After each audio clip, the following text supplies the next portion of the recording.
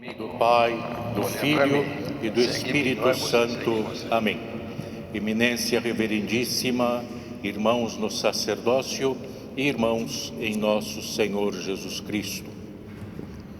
Quando nós lemos no livro do Gênesis o relato da criação do mundo em uma linguagem extremamente poética, tão antiga, tão bela, nós vemos que Deus disse: haja luz, e a luz foi feita, pois o texto nos diz que havia trevas sobre a terra. E Deus, Criador de todo ser humano, lhe concede também a luz física, a luz dos olhos, para que ele possa contemplar as belezas por ele criadas e se beneficiar deste grande dom que é o sentido da visão, além de principalmente conceder a todos o mais importante, que é o dom da vida. E quando Jesus, o Filho de Deus, o Verbo, se encarna, nós lemos no Evangelho de São João as palavras do evangelista: e a luz brilha nas trevas, mas as trevas não a receberam. Diante de Jesus, da sua ação, das suas palavras, de todas as suas atitudes, diante da sua pessoa, era impossível não haver alguma reação.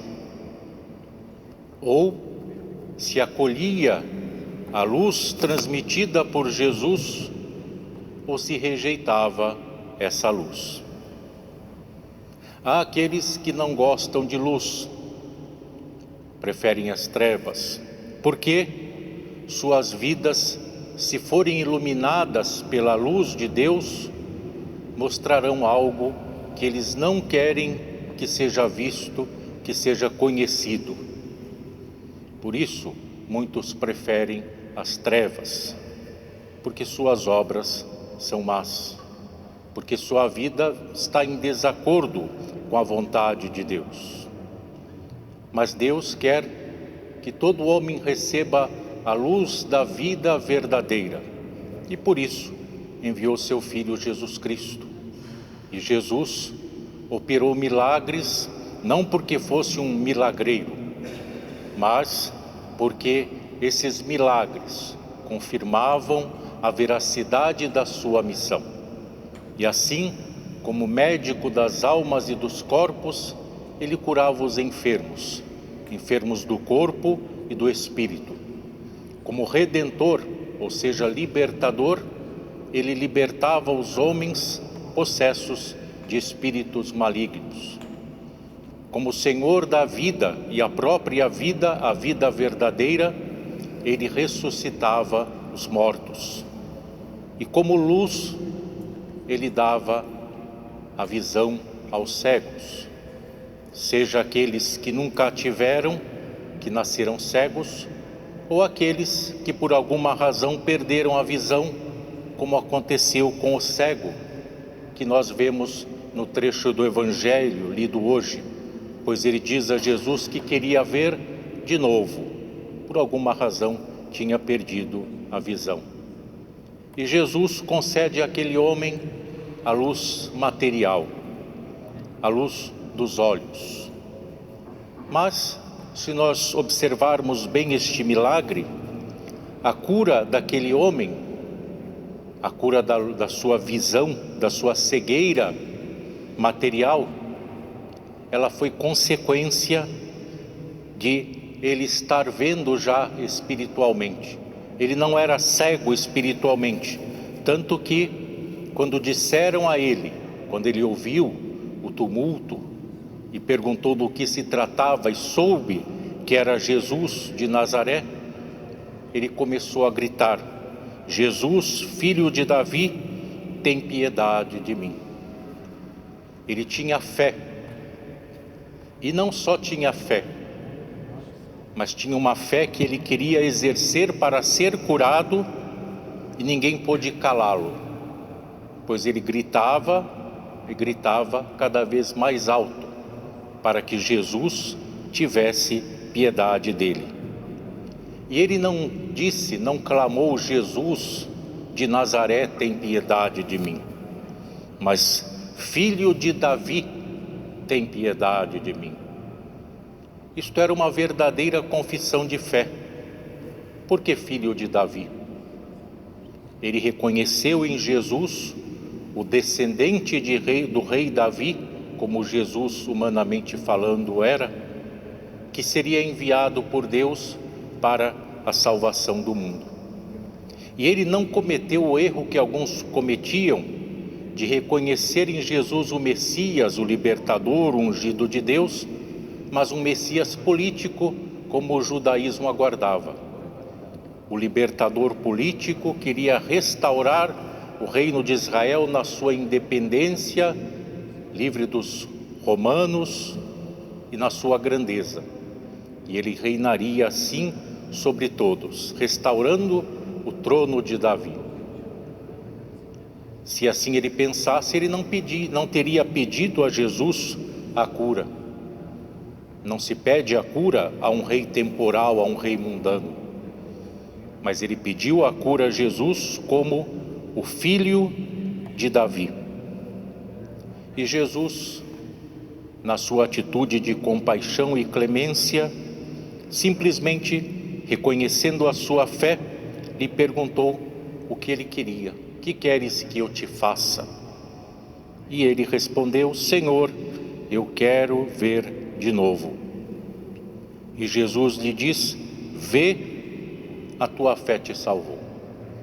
E imediatamente ele via novamente, recuperou o dom da visão. A tua fé te salvou. Quantas vezes Jesus louvava a fé das pessoas?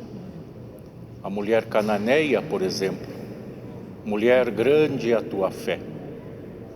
E Jesus socorria aqueles que tinham uma fé fraca, pequena, como o pai do jovem endemoninhado, que disse a Jesus: Senhor, creio, ajuda-me na minha falta de fé. Eu creio, mas a minha fé é fraca, a minha fé é pequena. E Jesus o socorreu na pequenez da sua fé. Jesus não exigia que as pessoas tivessem uma fé perfeita, até porque ele havia vindo para trazer a perfeição da revelação de Deus. Mas ele olhava os corações, agia sempre com amor, com compaixão, com misericórdia, mas atento à sua missão essencial, que era transmitir a luz de Deus a todo o mundo.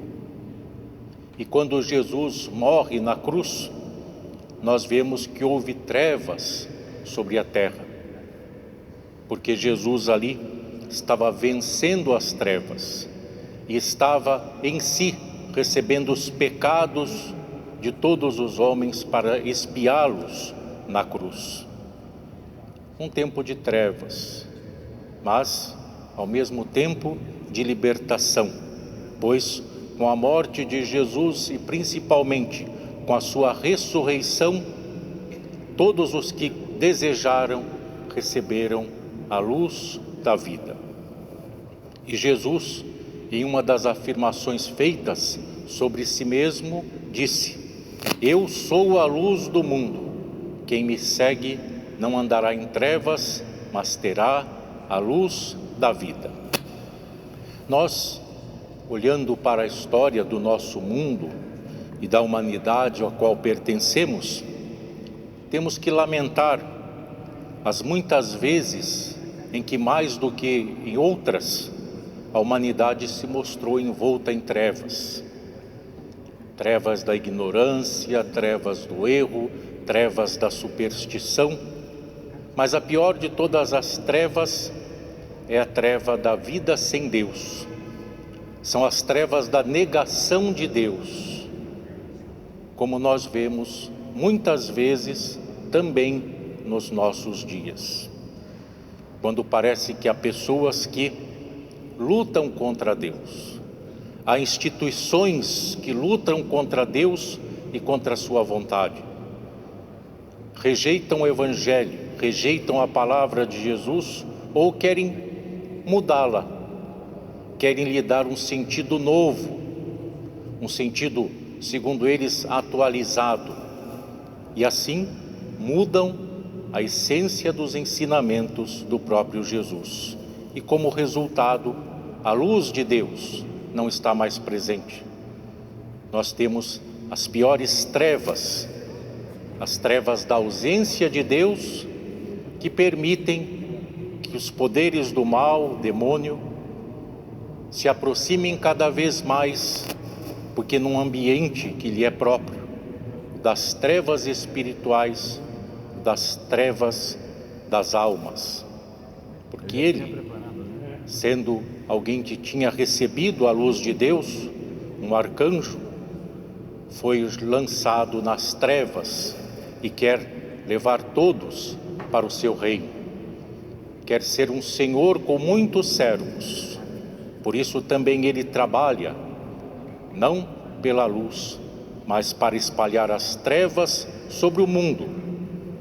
E já o apóstolo São João, no seu tempo, escrevendo em uma das suas epístolas, diz: o mundo jaz no maligno. Por isso, as trevas.